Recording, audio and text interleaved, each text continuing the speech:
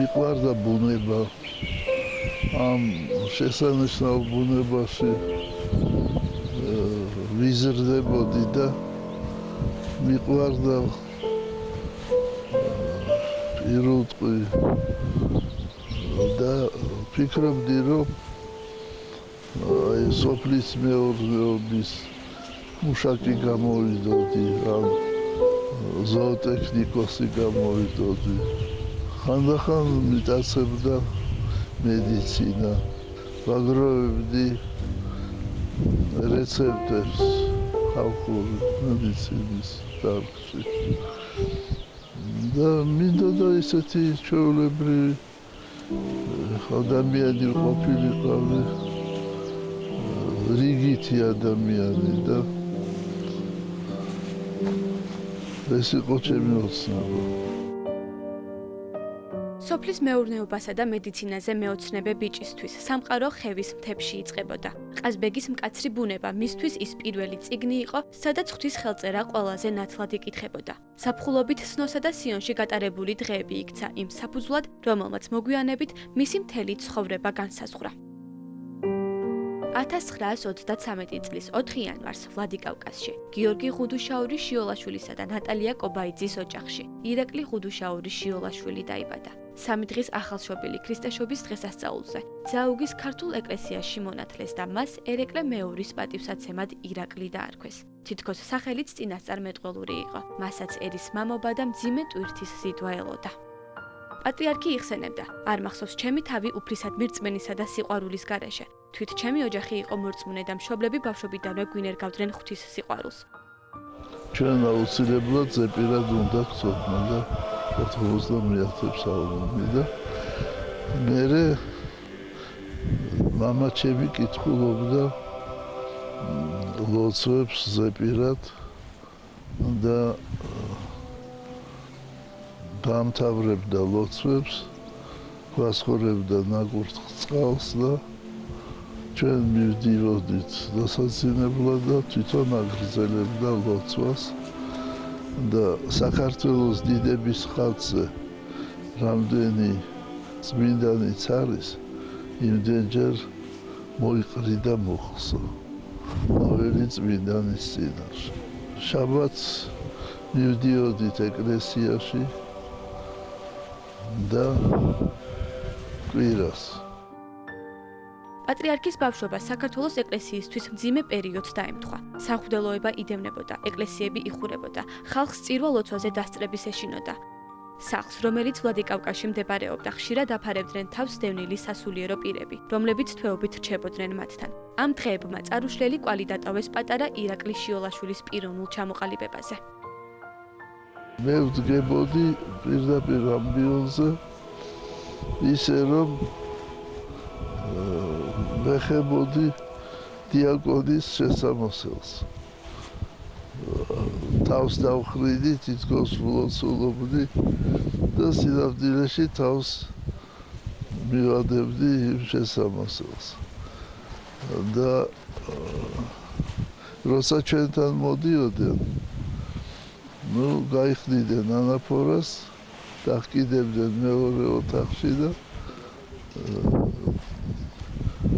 ჩემ მამასთან საუბრობდნენ, ან მაგიდასთან ისხდნენ, სადილობდნენ და მე შევიპარებოდი იმ ოთახში და ჩავისმევდი და მიხაროდა. ბავშვური ცნობის მოყვარეობა და ანაფორის კალთებში დამალული მოკრძალება. ასე იწყებოდა მისი ფარული კავშირი იმ სამყაროსთან, რომელსაც მოგვიანებით მთელი ცხოვრება მიუძღვნა. შიოლაშვილების ოჯახის კარი ყოველთვის ღია იყო, ვისაც თანადგომა და ადამიანური სითბო სჭირდებოდა. როცა იყო გიორგობა, მთელი სახლი სავსე იყო მათხოვრებით. მამა ჩემი არ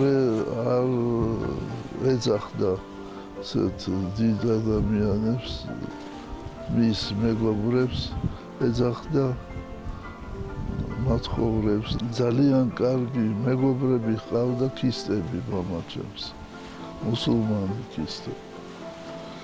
ისინი მოდიოდნენ ჩვენთან და ჩვენ გქონდა ტელევიზიები მათ ჩამოსვლაზე საუკეთესო ოთახში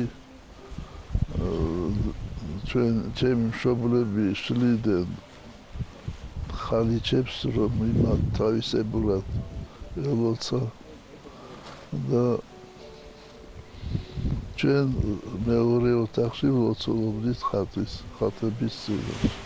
მე ერთად ვხვდებოდით მაგიდასთან. ეს იყო გარემო, სადაც სხვისი რწმენის პატივისცემა და საკუთარის ერთგულება ერთმანეთს კი არ ეწიდა აღდგებოდა, არამედ ავსებდა. ამ შემწყნარებლობითა და სიყვარულით სავსე ატმოსფეროში გაზრდილი ირაკლისთვის არჩევანი უკვე დიდი ხნის წინ გაკეთებული იყო. ამიტომ სულაც არ ყოფილა მოულოდნელი, რომ საშუალო სკოლის დასრულების შემდეგ მან გზა მოსკოვის სასულიერო სემინარიისკენ გააგრძელა.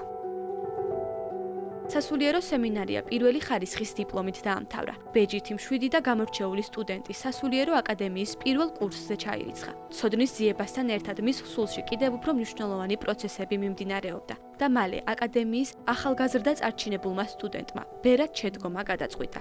24 წლის ასაკში კათოლიკოს პატრიარქ მელქისედეკ მესამის ლოცვა-კურთხევით თბილისის ალექსანდრე ნეველის ტაძარში მისი საერო ცხოვრება დასრულდა. აკადემიის მეორე კურსის სტუდენტი ბერად აღიკვეცა და მას სახელად ილია ეწოდა. თუმცა ტაძრის მიღმა დარჩენილი ახლობლებისთვის მისი არჩევანი მძიმე მისაღები აღმოჩნდა.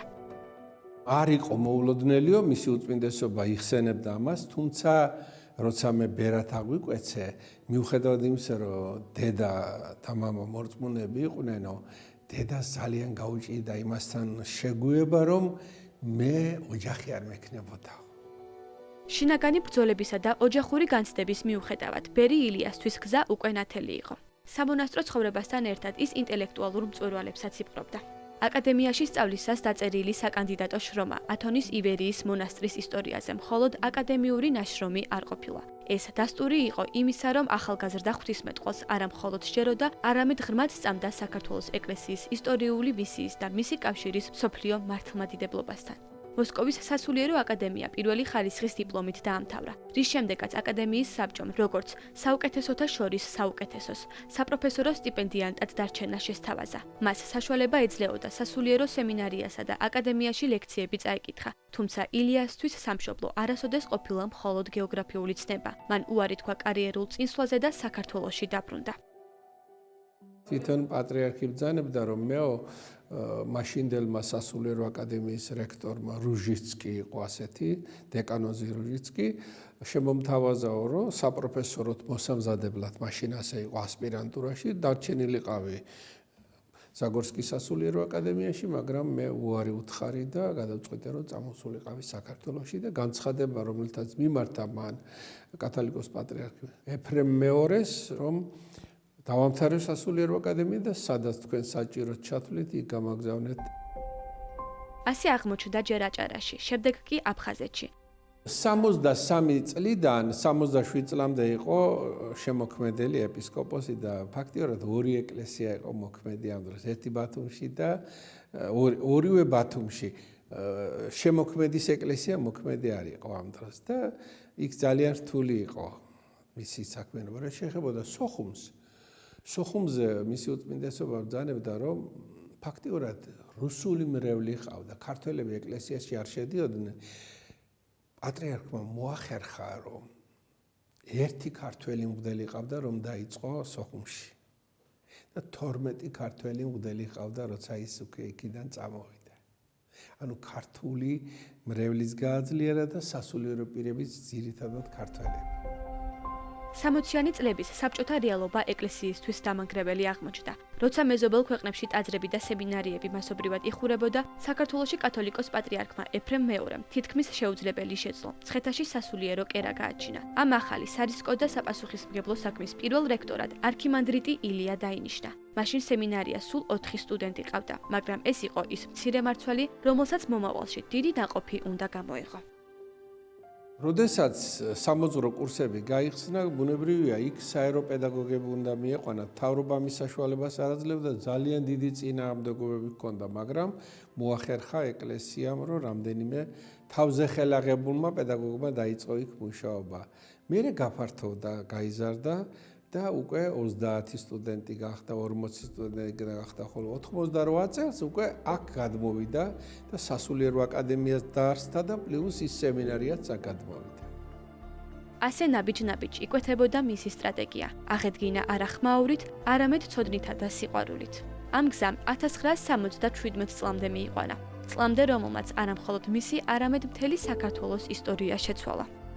პატრიარქიის არჩევა მოხდა მე-12 საეკლესიო კრებაზე და მე-12 საეკლესიო კრების დროს მოქმედებდა 1945 წლის მართვა-გამგეობის დებულება, სადაც საერო და სასულიერო პირები ირჩევენ პატრიარქს და ასე აირჩიეს ის ხმათა უმრავლესობა. თავის თავს არ მისცა ხმა, დანარჩენმა ყველა მისცა ხმა და მისი აღსავკრება შესრულდა სვეტიცხოვლის საპატრიარქო ტაძარში 25 დეკემბერს. მე ვესწრებოდი ამ აღსავკრებას, სრულიად ახალგაზრდა ვიყავი.